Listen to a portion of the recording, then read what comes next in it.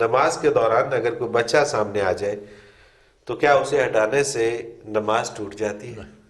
نہیں ٹوٹتی. کیا طریقہ کیا ہونا چاہیے اس کو ہٹانے کے لیے؟ اگر سجدہ کرنے میں کوئی دشواری نہیں آ رہی، آپ نماز پڑھ رہے ہو، آگے آپ کے سجدہ کرنے سے پہلے ہٹ جائے تو کوئی حرج نہیں. ٹھیک ہے. اور اگر نہیں ہٹتا تو اگر نہیں ہٹتا تو آپ جب سجدے کے لیے جاتے ہیں تو اسے اٹھا کر ایک طرف رکھ دیں، سجدہ کر لیں. صحیح. ٹھیک. حضرت جی سروت جبین ہیں بورے والا سے، یہ کہتی ہیں کہ حضرت جی میں آپ کا پروگرام بہت شوق سے دیکھتی ہوں، ذکر بھی کرتی ہوں. میں پوچھنا یہ چاہتی ہوں کہ انسان پہلے بچہ ہوتا ہے. بڑا انٹرسٹنگ سوال ہے اور میں حیران ہوتا ہوں کہ اس پروگرام کو دیکھ کے ہمارے جو ناظرین ہیں وہ بھی اتنے اچھے اچھے سوالات بھیجتے ہیں کہ دل چاہتا ہے کہ ان کو داد دیجیے.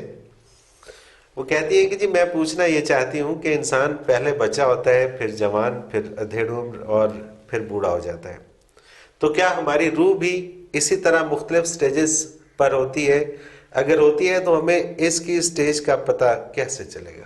نہیں، روح میں بچپن، جوانی، بڑھاپا نہیں ہوتا. روح بچے کی بھی بالغ ہوتی ہے اور روح بوڑھے کی بھی جوانی ہوتی ہے. اچھا. روح پر یہ تغیرات نہیں آتے.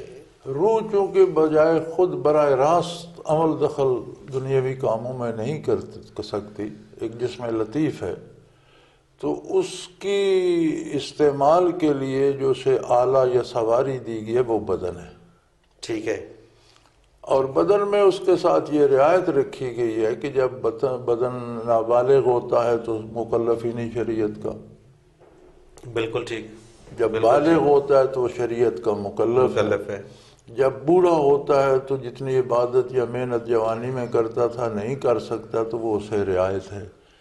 اور پھر یہ اللہ کا احسان ہے کہ جو بندہ جوانی میں یا صحت میں ریاضت کرتا تھا، بیمار ہو گیا یا بوڑھا ہو گیا، تھوڑی کرتا ہے، اجر اسے اس کا ملتا ہے جتنی جوانی میں کرتا تھا. جو اس کی روٹین تھی اس کے مطابق اسے اجر دیا جاتا ہے. تو یہ تغیرات بدن پہ آتے ہیں، روح پہ نہیں آتے. صحیح. اب قرآن کریم میں نوزائیدہ بچے جو دفن کر دیتے تھے، رواج تھا عرب میں، بچیاں جو دفن تو آتا ہے اذا الموءودۃ سئلت بأی ذنب قتلت، کہ وہ جو بچی گاڑ دی گئی تھی اس سے پوچھا جائے گا کہ تمہارا قصور کیا تھا، انہوں نے کیوں تمہیں زندہ درگور کر دیا. تو اس کا مطلب ہے روح تو بالغ ہوگی، سمجھ رہی ہوگی. جی ہاں بالکل. تو یہ جو تغیرات ہیں یہ بدن کے ساتھ ہیں، اور پھر روح کے معاملات اس سے چونکہ جڑے ہوئے ہوتے ہیں. تو روح کیا ایک جیسی ہی رہتی ہے؟ ایک جیسی رہتی ہے، مطلب اس میں تغیرات نہیں ہے. ٹھیک ہے. حضرت جی ابھی یہ جو زندہ درگور کر دینے کے حوالے سے ایک سوال، کچھ لوگ کہتے ہیں کہ جی یہ جو زندہ درگور کر دیتے تھے تو یہ عربوں کی ایک وہ اس کو سمجھتے ہیں کہ یہ ان کی ایک شان تھی اور ان کو پلس پوائنٹ جاتا ہے کہ وہ اس لیے ان کو زندہ درگور کرتے تھے کہ وہ بڑے خوددار تھے اور وہ نہیں چاہتے تھے کہ کل کو ان کا کوئی داماد بنے اور اس کے آگے انہیں جھکنا پڑے. اس کو تھوڑا سا وضاحت کریں. اگر وہ خوددار تھے تو اپنے بیٹوں کو کسی کے داماد کیوں بناتے تھے؟ مقصد یہ ہے کہ وہ بیٹیاں جب یہ دی کون سی خودداری ہے کہ آپ کسی کی بیٹی تو گھر لے آئیں بڑی شان سے اور اسے عزت سمجھیں. صحیح. اور گھر سے بیٹی دینا جو ہے وہ خلاف شان سمجھیں. اس میں حقیقت کیا تھی؟ کیوں درگور کر دیا جاتا تھا؟ حقیقت یہی تھی چونکہ بنیادی طور پر چونکہ معاشرہ بالکل بے راہ تھا، عورتوں کو کوئی عزت نہیں تھی، عورتوں کو بیچ دیا جاتا تھا، کنیزوں کی طرح ڈیل کیا جاتا تھا، کوئی حیثیت نہیں ہوتی تھی. تو ایک دنیاوی اعتبار سے چونکہ دین تو تھا نہیں، تو دنیاوی اعتبار سے تو وہ اسے ذلت سمجھتے تھے کہ بیٹی ہوگی کسی کو دینی پڑے گی، وہ اس کے ساتھ کیا سلوک کرے گا. تو جو اس میں بنیادی جو ریزن تھا وہ یہی تھا. لیکن یہ غلط تھا نا، بجائے عورتوں کو زندہ درگور کرنے کے معاشرے کی اصلاح کرنی چاہیے تھی. بالکل صحیح بات ہے. اس کی وجہ یہ ہے کہ یا تو پھر اپنے گھر بھی کسی کی بیٹیاں نہ لاتے، وہ بھی تو کسی کی بیٹیاں، اور معاشرے کے اندر تبدیلی اور پھر وہ صحیح سمت کا تعین، تبھی تو پھر شاید وہ پھر سمت دی گئی نا جی. جی ہاں، وہ تو تھا نا کہ عورت کی کوئی حیثیت نہیں تھی. نہیں صرف عرب میں نہیں، اردو زمین پر عورت کی کوئی حیثیت نہیں تھی. ہندوستان کے بر صغیر میں مردہ مرد کے ساتھ زندہ عورت کو جلا دیتے تھے. آپ شمالی علاقہ جات میں جائیں تو یہ جتنا وسط ایشیائی اور یہ شمالی علاقے جس کی مرضی ہے چھین لیتا تھا.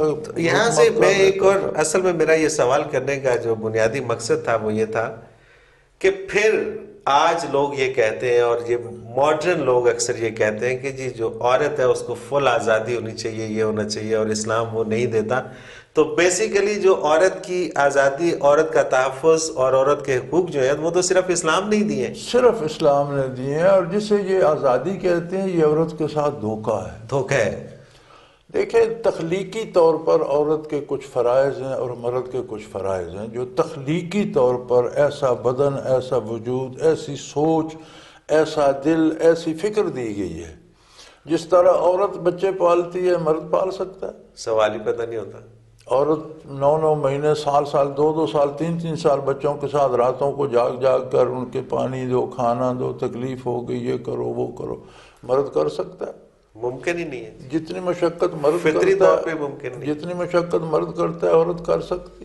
جس کام کے لیے بنا ہے اس کام کی استعداد دی گئی ہے. سبحان اللہ. تو عورت کی عزت اس میں ہے کہ جو اس کا اپنا فریضہ, انہوں نے آزادی کے نام پر اپنا بوجھ بھی عورت پر لاد دیا کہ جو ذمہ داری مرد کی تھی بالکل ٹھیک, وہ بھی عورت کو, وہ بھی عورت کو دے دی ہے. تو جو عورت کی تھی وہ تو اس پر ہے ہی.